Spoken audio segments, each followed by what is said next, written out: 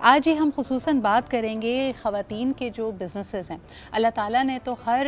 مومن کے لیے، ہر مسلمان کے لیے کہا ہے کہ تجارت میں بہت برکت ہے، لیکن ایک اسلامی معاشرہ، ایک اسلام کے نام پہ بننے والا ملک اور ریاست، یہاں پہ خواتین جب بزنس کرتی ہیں یا کاروبار کرتی ہیں تو ان کو مختلف پرابلمس کا سامنا کرنا پڑا ہے۔ بلکہ آج انفیکٹ ایک علماء اکرام کے لیے میرا ایک خاص سوال ہوگا۔ ہم ہمیشہ انگریزی میں اور آرگنائزیشنل بیہیویئر میں بات کرتے ہیں گلاس سیلنگز کی۔ کچھ ایسی ایریاز ہیں جہاں آج سے 10 سال پہلے اگر آپ دیکھیں تو خواتین وہ کام نہیں کیا کرتی تھیں، لیکن آہستہ آہستہ وہ دروازے کھلے ہیں اور اب نئے شعبہ جات میں، بلکہ زندگی کے ہر شعبے میں، کاروبار کے ہر شعبے میں آپ کو خواتین ملیں گی۔ لیکن بہرحال یہ فینومینا ابھی بھی بہت نیا ہے اور نئے ہونے کے ساتھ ساتھ مشکلات ابھی بھی ہیں۔ تو آئیے جانتے ہیں کہ لوگ اور خاص طور پہ خواتین بزنس اونرز ان پرابلمس کا سامنا کیسے کر رہی ہیں اور ان کی سب سے زیادہ معاونت کون کرتا ہے۔ ہمارے ساتھ آج موجود ہیں سیدہ سمانہ علی صاحبہ، جو کہ میٹل بلنک کی اونر ہیں۔ آپ دیکھ سکتے ہیں کہ خوبصورت پراپس جو ہمارے سیٹ پہ موجود ہیں،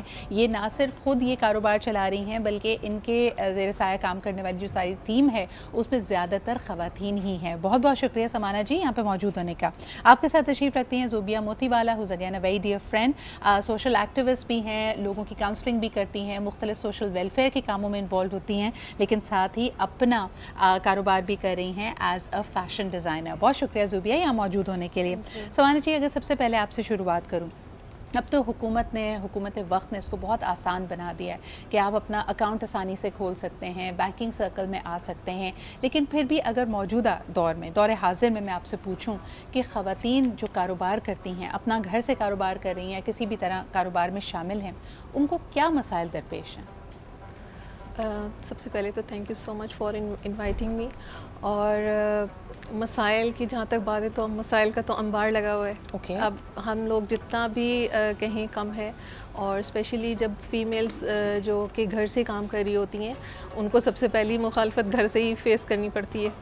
کیونکہ موسٹلی یہی ہوتا ہے کہ یہی کہا جاتا ہے کہ آپ کا یہ کام نہیں ہے، آپ گھر کو دیکھیے۔ زیادہ تر یہی کمنٹ کیا جاتا ہے، یہی کہا جاتا ہے۔ لیکن چونکہ خواتین میں اللہ تعالیٰ نے یہ ایک خاص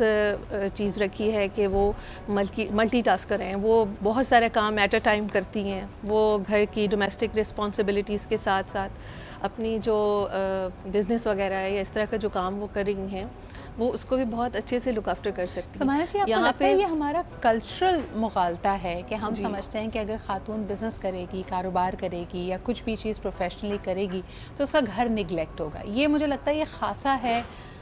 ہمارے خطے کا کہ ہم یہ سوچ رکھتے ہیں، ورنہ پوری دنیا میں اور آج سے 1400 سال پہلے بھی اگر ہم دیکھیں، حضرت بی بی خدیجہ ملکۃ العرب ان کو کہا جاتا ہے، بہترین تاجرہ تھیں، اور یعنی ان کا کوئی ثانی نہیں تھا اس وقت، اور ان کو کبھی یہ سوال کب فیس نہیں کرنا پڑا ہوگا کہ بھئی آپ کی گھریلو ذمہ داریاں یا آپ کی ازدواجی ذمہ داریاں